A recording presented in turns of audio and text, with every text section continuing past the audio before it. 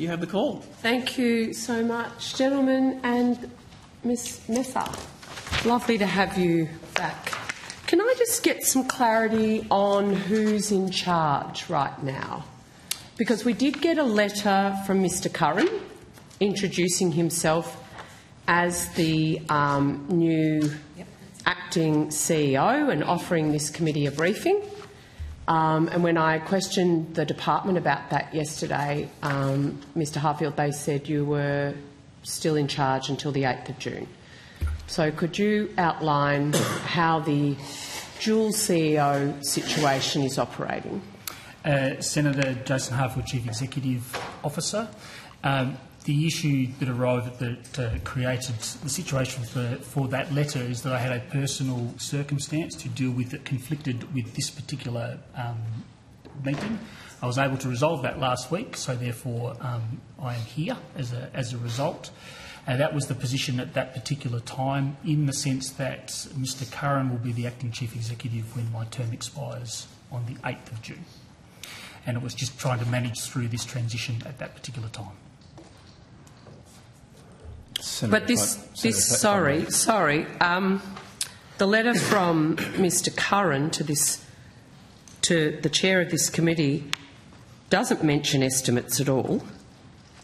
It actually says, I'd be pleased to provide you with an update on key initiatives, improving service performance, organisations, cultural transformation, staffing, EBA negotiations. There's actually no mention of estimates in the letter. The trigger for the letter was estimates and my personal conflict at the particular time, but as my term expires in a week and a half, the ongoing nature and the briefing of activities post that time will fall to Mr Curran. So when Mr Curran signed this letter as the interim Chief Executive Officer on the 15th of May, was he the interim Chief Executive Officer? He would be I'll call it presumptive, but I'll ask Mr Curran. Senator, thank you. Peter Curran, Airservices Australia Chief Customer and External Relations Officer. I did send a letter with the intent of offering a briefing to the committee on the expectation that I was going to be leading the Airservices officers at today's hearing. I think it would have been better on reflection under either scenario had I written that incoming acting Chief Executive Officer. So my apologies for any confusion that may have caused. Rather than interim. Okay, because it to be clear, did cause a bit of 15th of confusion. May, you were not the interim Chief Executive Officer. That's correct, Senator. And you're today still not the interim Chief Executive Officer. That is correct, Senator. At the time of the letter, I was expecting to be having to act in the role for a number of days while Mr Harfield had a personal matter to tend to. My expectation at the time was Mr Harfield would then return, and as of the 8th, I would then take over the role as acting Chief Executive Officer until the search for a more permanent Chief Executive Officer is concluded. It's very strange. It's very strange. I apologise for the confusion. Why wouldn't you have mentioned that in the letter, that Mr Harfield can't make estimates? If that was the intent of the letter, it seems strange you wouldn't refer to that in this letter.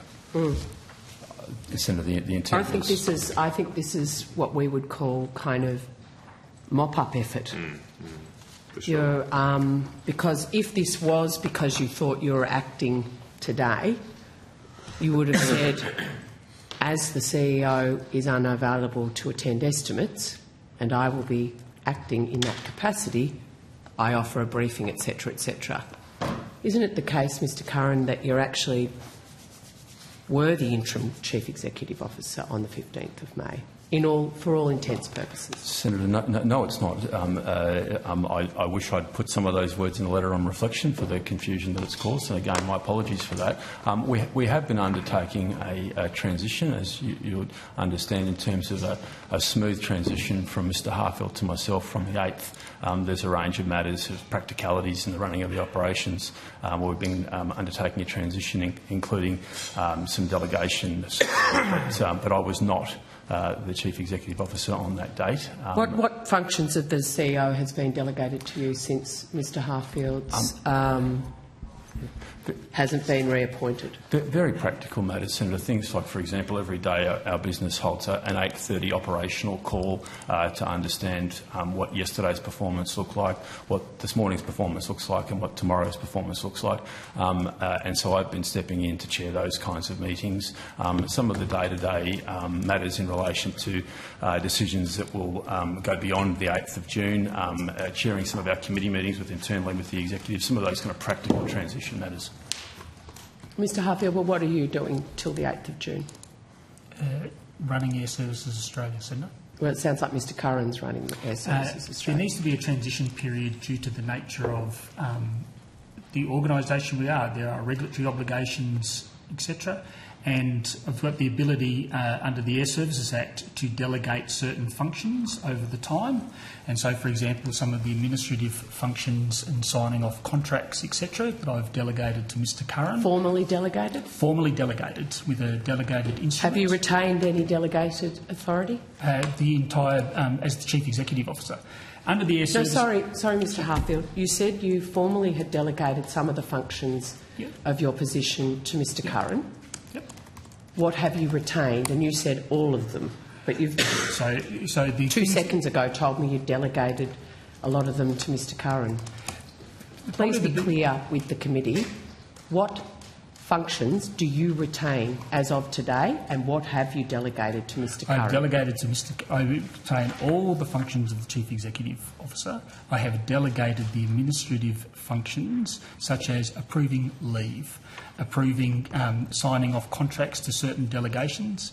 Under the Airservices Act, Section 12 says that the Chief Executive Officer can delegate any of powers to any member, and then Clause 2 says that the delegate must follow the direction of the Chief Executive Officer.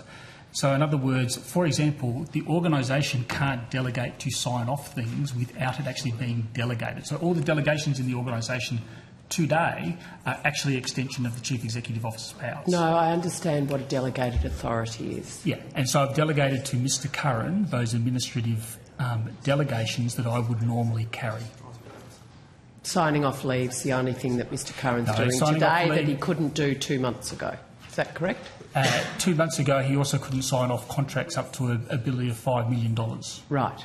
So they're the 2 delegated authorities he has? There's a list of delegations in our delegate, which I'm happy to provide. That's the question you were just asked, Mr Harfield. No. So I was asked what... Let's not get off on the wrong foot. You are the authority as the CEO. Correct. What have you formally delegated to Mr Curran, who until today has been running around as the interim Chief Executive Officer until questions were asked of the department yesterday? What delegated authorities have formally been transferred to Mr Curran? List them. All of them, please. I'd have to take that on notice because I need to have our delegation instrument in front of me because it's all the administrative delegations that I hold. Okay. When did you decide to attend this committee, Mr Harfield? Last week. Last week? When did you inform the committee that you're attending? I'm not sure when the process went through, but it was last week when I said. We weren't informed till yesterday. Right, so that was the process. So can I please ask you to make sure you're being very careful on the Hansard record, Mr Harfield. You're saying you informed the committee last week? I informed my staff that I was attending because I resolved my personal conflict that I had last week. Can the staff let the committee know when you informed the committee that Mr Harfield was able to attend? Senator, I've just checked with the team behind and they can confirm that the committee was advised yesterday. I think the public holiday may have, on Monday, may have caused a delay.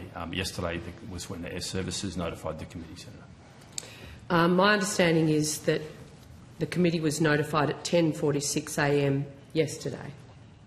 You must be correct. Following a series of questions in corporate matters about this confusion of who's in charge. You can understand how we're a bit cynical I can understand that, Senator, but I can tell you that the decision to come was made by me last week.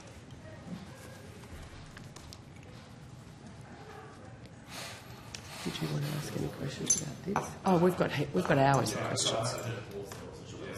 questions. Well, let's just put it directly. Senator, can I only recall? Did you notify the committee of Mr Harfield's attendance after Senator Mackenzie raised or asked questions about the CEO arrangements of Airservices Australia yesterday?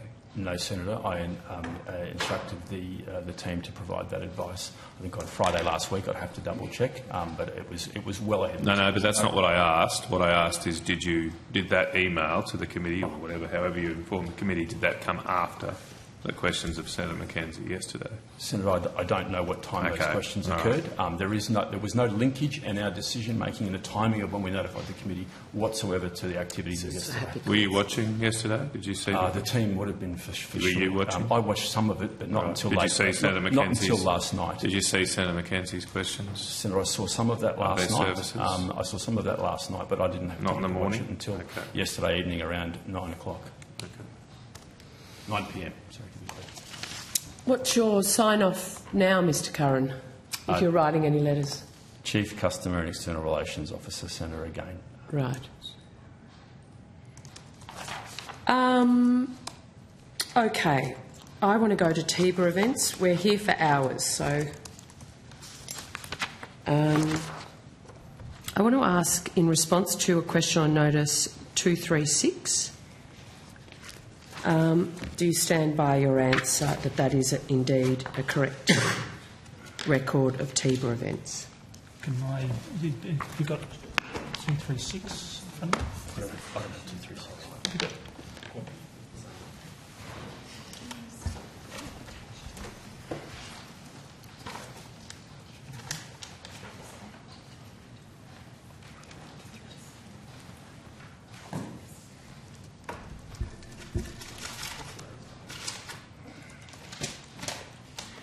Senator, do you have a copy of it that we could, please?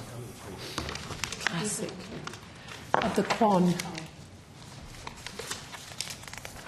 I haven't bought copies of the Quans. Usually people bring folders of Quans, but we can get the Secretariat print off or photocopy. What's easiest for you guys?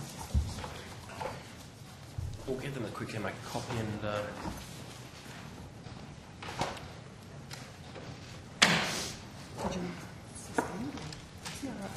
236, you don't have a copy in that big folder? 236 No, we'll just... An e-copy? Oh, it's coming. The Secretariat's gone in the background to print off a copy. Yeah. Why don't we just suspend for briefly and then we'll have all kinds of silence otherwise. All right, we'll suspend for a minute.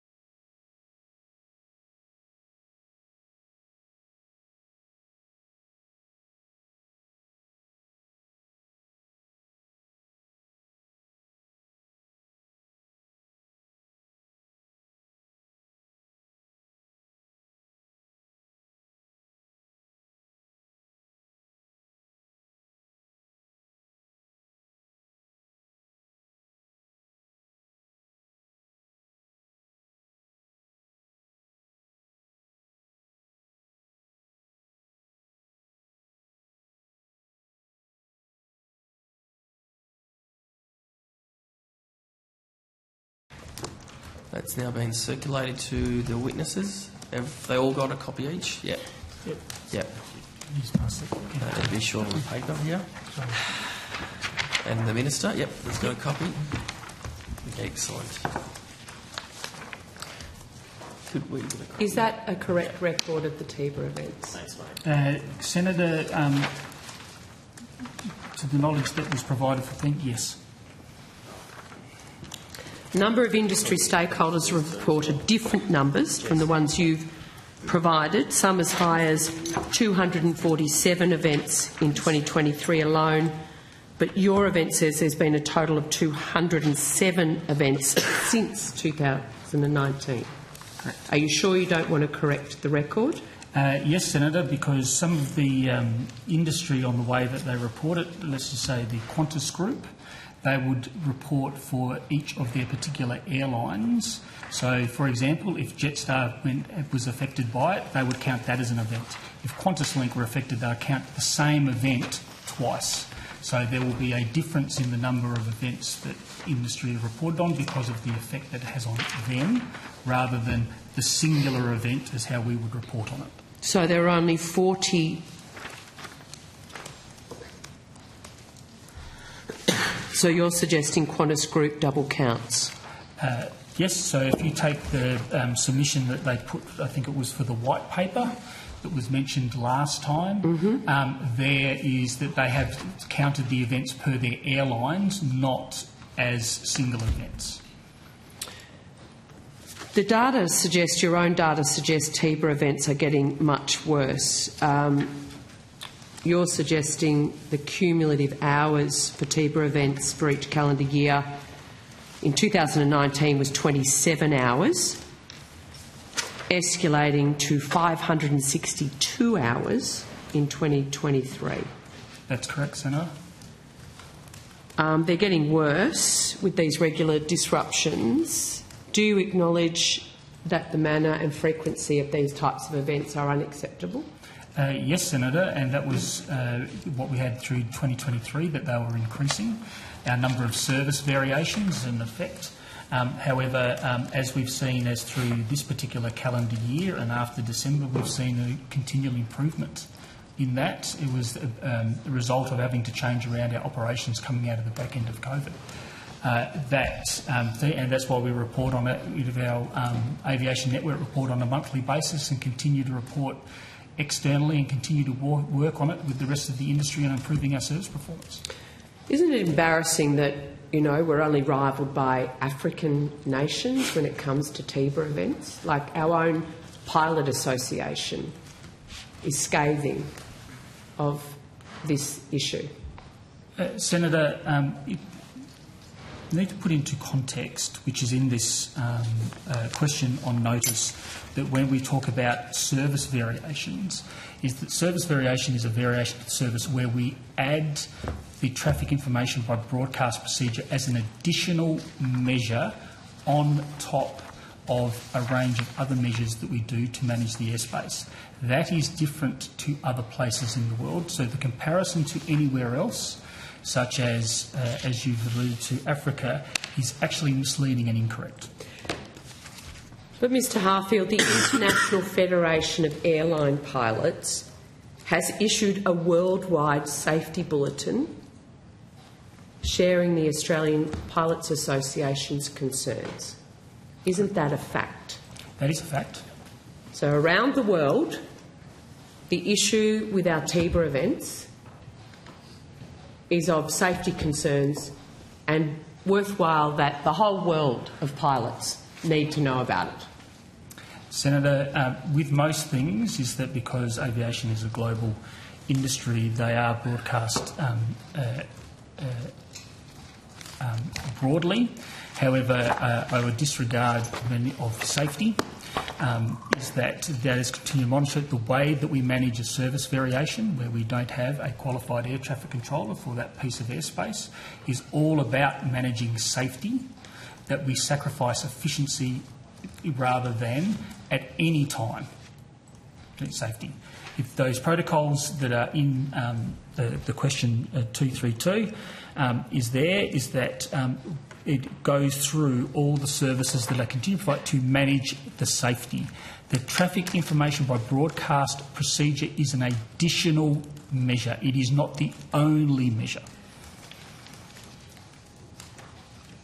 I I find it incredible in a first world nation such as ours, where aviation is so critical to both our freight and commute, and the fact that we are on the globe where we are, we need domestic and international air travel like no other country on earth, that we have the operations in Australian traffic information broadcast by aircraft airspace. I'm going to table this, Chair, that this is an international safety issue, that, Mr Harfield, I'm getting the same old excuses from you, year in, year out.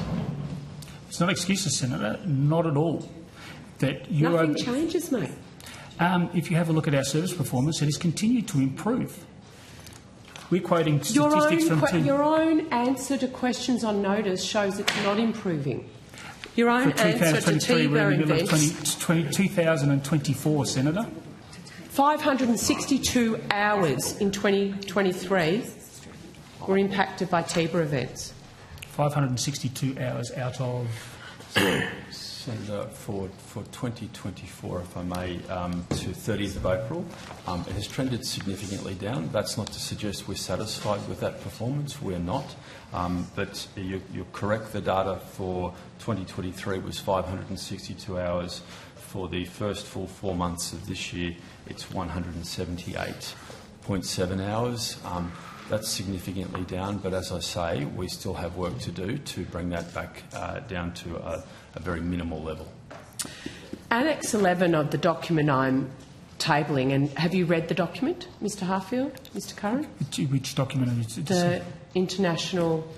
The release? No, I haven't. No, not the release. Sorry, it's not in front of me, so I can't read out the exact title of it. But printing. I would hope you have, because it takes on the concerns of our own pilot association here and make sure global pilots are aware of it.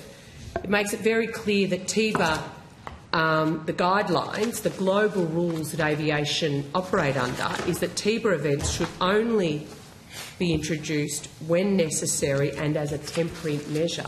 And it seems as if you've been instigating TIBA events to manage the fact that you can't get your own workforce issues under control within Airservices Australia. And instead it's been the Australian aviation sector and the Australian travellers that are paying the economic and social consequence and safety consequence of the fact that you can't get your workforce issues under control. Senator,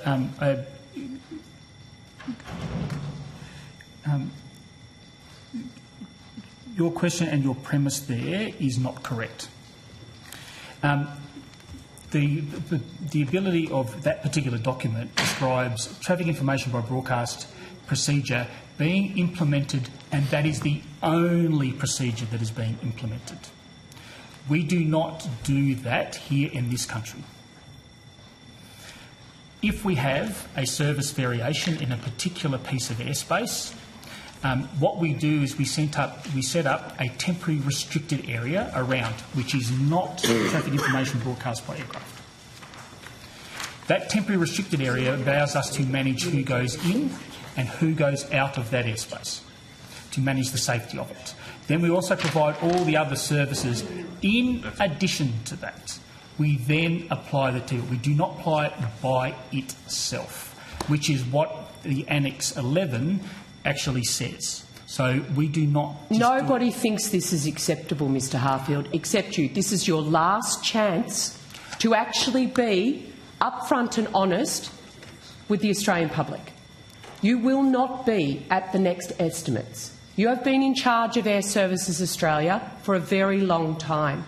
And whether it is the Australian Greens, the Australian Labor Party, the National Party, we have been prosecuting the failures of your organisation for years. This is your last chance. You don't have to cover it up anymore. You don't have to use bureaucraties. This is an issue. This isn't The US Pilot Association isn't issuing these types of notices. The UK Pilot Association, no one in Europe. This is a global safety concern because of how your organisation is running. That is incorrect, Senator.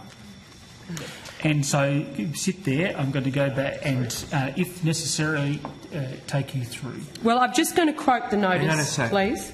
I will get another. Chair, yeah, I was saying, Senator Mackenzie is asking pointed questions, which is fine. You need to let the Chief Executive to actually provide an answer uninterrupted. Yep. all right, and just so we're clear, have we all got the document that's been Yep. I circulated don't think around? we do up here yet. You don't? No, no, Oh, we don't. All right. We're just Could going to I copy just, for the I minutes. did ask Hang on, Mr Harfield and Mr Curran, you've Can we- read this document, yes? Sorry, I have just not before we do seen that, the can we just get a IFLPA secretary to give a document, copy to but the minister the as annex well? You inside, should, yeah. which is quoted, we have. Thank you. That's right. Senator, is that at no stage have we, and I think it was Hansard from the last estimates that have said that our service performance and where it went, particularly through 2023, is unacceptable. As we move through, we continue to report to industry how we are improving and working with industry to resolve these particular issues. The premise that is made that is we have traffic information by broadcast procedures only is incorrect. We apply those procedures in addition to a number of procedures that are applied. Those procedures ensure that the airspace is continually to manage safely, and where we do to ensure that safety is that we slow down the traffic and we sacrifice efficiency. We will never compromise on safety. Has the performance been acceptable? Absolutely not, and I've said that on the record a number of times. However, what we are doing is continually trying to improve, and we are reporting and being open and transparent with industry on all the things that we are doing to improve it. But at no stage, and I will reiterate this a number of times, has safety ever been compromised, nor has it, and even with the oversight... No, because they're not allowed to fly in the airspace. Yes, they are. They've got decisions. They give an approval to, and then we make sure that the aircraft do not get in proximity to each other. That's why we set up a temporary restricted area. We can go round and round the roundabout on this. I'm going to quote the notice. The extensive and repeated use of this measure in Australia in 2022, approximately 250 TIBA activations, and in 2023, approximately 90 TIBA activations in the first half of the year in Class A, C and E airspace, has meant disruptions to most aviation operations, including amended and or reduced airline schedules to mitigate risks associated with TIBA operations, including flight cancellations or delays and or diversions around reclassified airspace.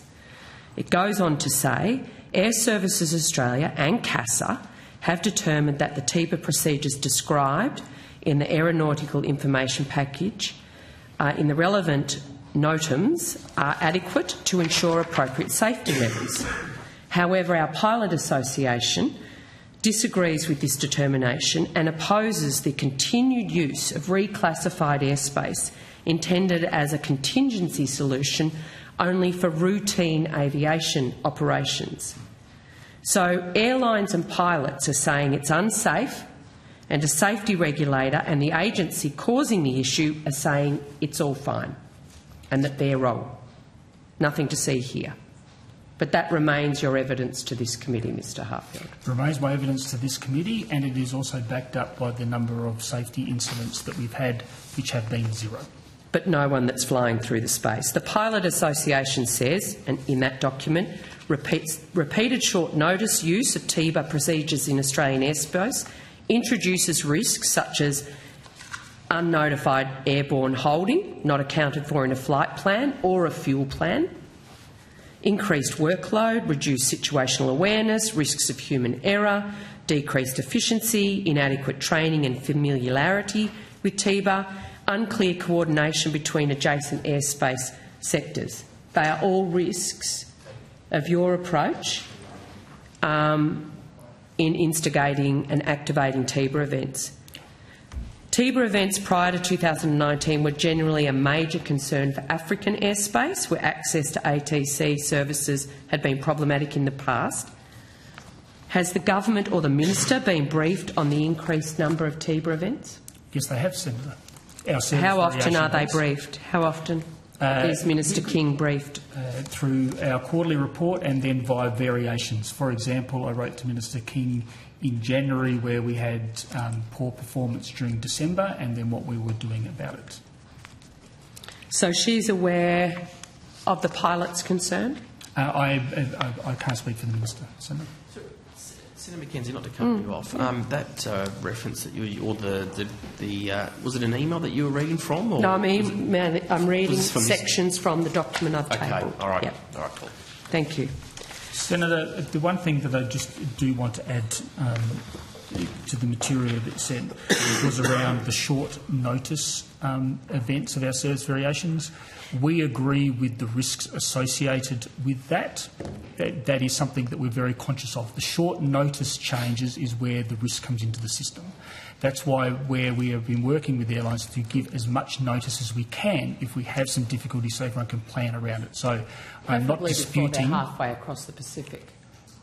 Correct, Senator. We try to do it as much as we possibly can to do it. Unfortunately, every now and again we have the ability to have a short notice one, but that's why we put in as many procedures as we can to minimise that risk. So I'm not disagreeing with that short-term risk.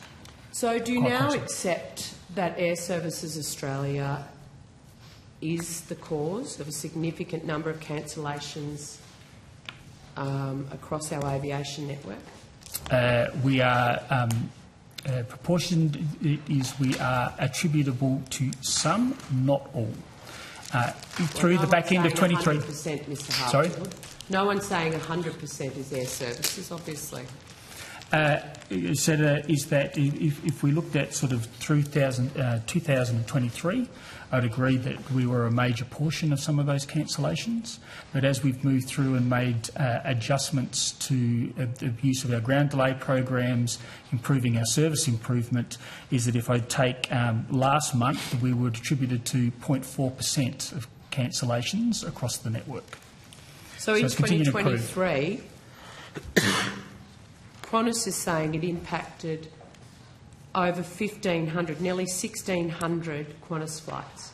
Over the year, that would be a reasonable assumption, yes. And Virgin Australia had 328 cancellations that were directly attributed to failures in the services provided by Airservices Australia. Over 2023, yes, that would be about right. That rate of cancellation is 62% higher than 2019, pre-COVID. Correct, coming out of COVID, yes. So you made comments earlier that performance was back to pre-COVID. Does that marry up with your TIBA events data? Depending on where we were in the industrial cycle, yes. So if I go back to 2009-10, the service variation events were comparable to what 2023 were. And why is that? Is that because everyone's striking?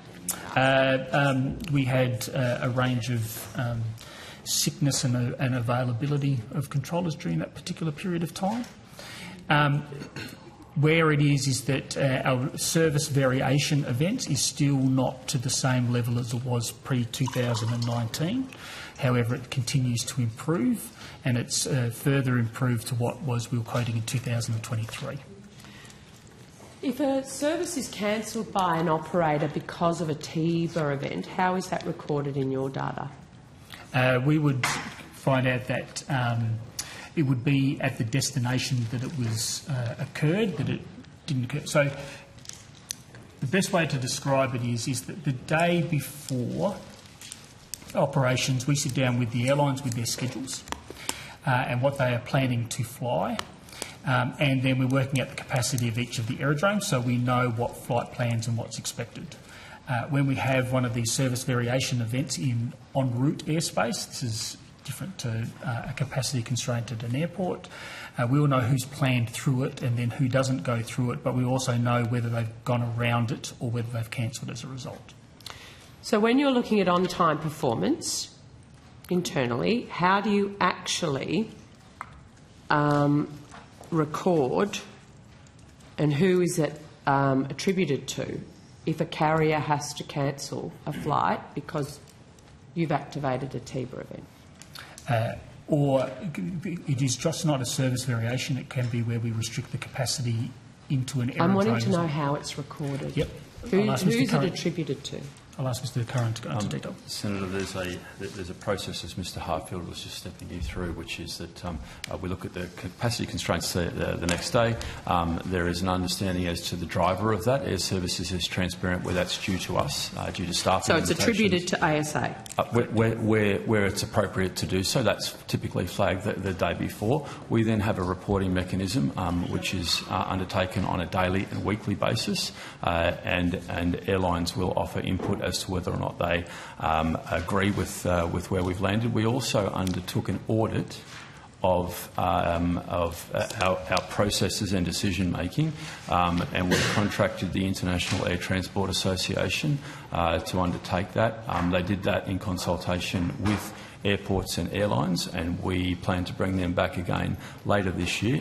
I should say we plan to bring an audit back again later this year to check and validate the data and the process that we're using. There was a number of recommendations they made where we could make improvements, and we've been in the process of implementing those. So both of you have stepped me through a process, but Senator neither of you McKenzie, have answered my question. Sorry, I need to move the call around.